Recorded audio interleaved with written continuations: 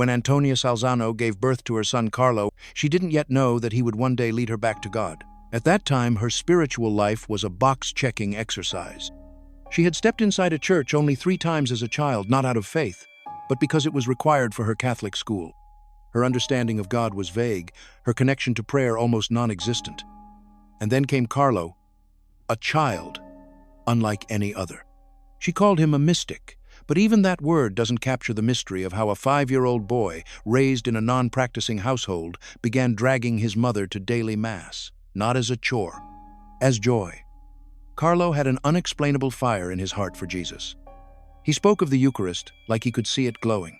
He studied theology not to impress adults, but because he wanted to know the one who lived in the tabernacle. Antonia didn't lead her son to faith. He led her.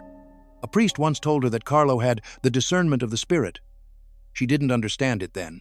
But when she looked into his eyes during Mass or watched him kneel in prayer when no one was watching, she started to believe. She started to change. Her son was not just her child. He was her bridge to heaven. In time, the two began attending church together, reading spiritual texts together, even building a new life around a God she once ignored. It was Carlo who gave her faith. And it was Carlo who, years later, would be taken from her far too soonly to keep changing her life from beyond the grave. To the world, Carlo Acutis was just another boy in jeans and sneakers. But to those who watched closely, especially in his neighborhood in Milan, he was something far more extraordinary. A saint in disguise. He didn't preach on street corners. He didn't start movements. He simply loved quietly, consistently, and deeply. His mission wasn't planned. It flowed from the way he saw Christ in every person. To Carlo, a beggar on the street was just as sacred as the Eucharist on the altar. He carried sandwiches in his backpack, not for himself, but for the homeless man by the metro station. He'd stop to talk with elderly neighbors others ignored. And when classmates were bullied or left out, Carlo stood by them without hesitation. His mother would later say that Carlo found a Calcutta in Milan. Like Mother Teresa, he believed that holiness wasn't found in distant countries, it was right there, in the lonely, the overlooked, the inconvenient. And he responded with the kind of love that makes saints. But perhaps most stunning of all was his relationship with the Eucharist. Carlo didn't just attend, Masha burned for it. He called it his highway to heaven.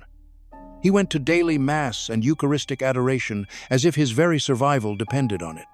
When we get in front of the sun, he once said, we get sun tans, but when we get in front of Jesus in the Eucharist, we become saints. He said it simply, but he meant it completely. Carlo's friends remember that he was funny, kind, and smart, played video games and loved coding. But there was something else in his eyes, a quiet joy, rooted not in this world, but in the one who made it. And behind him, always watching, always learning, was his mother still following the son who was leading her to Christ. While most teenagers were glued to their phones and video games, Carlo Acutis had a different vision. He wanted to use the internet to bring souls to Jesus.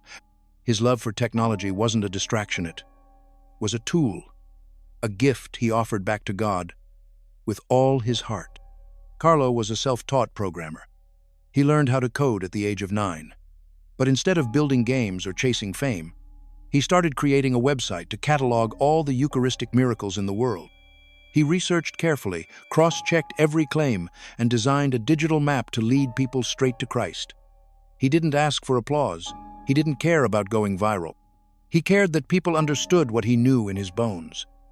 That Jesus is truly, physically present in the Eucharist and waiting for them. His project took years. By the time he was a teenager, it had expanded into a full exhibition that traveled across continents. Hundreds of parishes, cathedrals, and youth groups used it to awaken belief in countless souls. And this was all before he turned 15. Carlo once said, "The Eucharist is my highway to heaven." For him, this wasn't poetess, was personal. He saw every tabernacle as a destination, every Mass as a moment of divine intimacy. And he wanted the world, especially other young people, to know what they were missing. He wasn't trying to be a saint.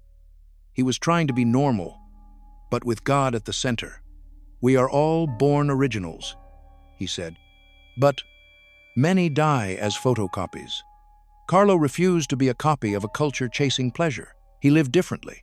and it showed. Even online, he left behind something the world wasn't used to: beauty with a purpose, technology that saved souls, and digital footprints that led straight to heaven. Carlo Acutis was only 15 when his life changed forever. One evening, he came home feeling unusually tired. His mother thought it was the flu. Within days, the doctors discovered something far more devastating: acute promyelocytic leukemia, one of the most aggressive forms of cancer. The prognosis was grim. But what followed was not despair. It was something so rare, so luminous, that even the hospital staff noticed it. Carlo was smiling. He never asked, "Why me?" He never complained. In fact, he offered his suffering for the Pope and for the Church, whispering it with peace that made grown men cry. He told his mother, "I'm happy to die, because I've lived my life without wasting a minute on things that don't please God." Through chemotherapy, through the pain, through the awareness that his young life was ending, Carlo stayed rooted in joy. Not forced happiness, but the kind that comes only from someone who has made peace with eternity. He kept attending daily Mass in the hospital as long as he could, and when he couldn't walk anymore, he asked for the Eucharist to be brought to him. It was his lifeline, his anchor in the storm. His mother, Antonia, watched in awe and heartbreak. Her son, one who led her to Jesus, was now walking a road she could not follow. Not yet. But even in those final days, he was still guiding her, still leading others. Nurses, doctors, friends all said the same thing. There was something about him, something radiant, something not of this world. Carlo died on October 12, 2006. His body was buried in Assisi, the town he loved, home of St. Francis. He had always admired the simplicity and poverty of that saint. Now, in death, he had become like him, a light for the world, a mirror of Christ in a teenage body. But death was not the end. After Carlo's death, something began to stir, not just in his hometown of Milan or in the quiet chapels of Assisi, but across the world. People who had never met him began reporting miracles.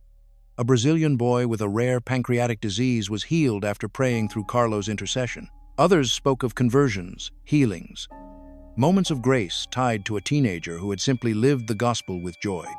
In 2020, the Church recognized the miracle.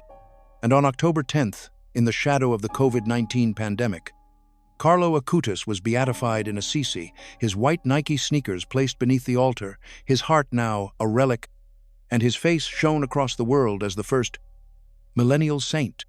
The photos went viral: a teenage saint, a gamer, a programmer, a Eucharistic missionary. But to his mother, Antonia, he was still her Carlo. She stood at the beatification Mass with tears in her eyes, remembering the boy who dragged her to daily Mass, who gently guided her back to the faith she never knew she needed. The boy who made her a believer, and now a mother of a blessed. "I followed him in life," she later said, "and I continue to follow him in death." Carlo had always said that the Eucharist is my highway to heaven. He traveled that road with joy, humility, and devotion that stunned the world. And even now, from heaven, he continues to lead others to that same road: young people, doubting adults, and mothers like Antonia, who never expected a child to become their guide. He wasn't canonized for preaching grand sermons or founding missions. He became blessed because he lived holiness quietly. One click, one Mass, one smile at a time. Carlo Acutis is more than a modern saint. He is a reminder that sainthood isn't reserved for the ancient past. It can begin in a hoodie, behind a computer screen, and in the small yes of a 15-year-old who simply refused to live a wasted life.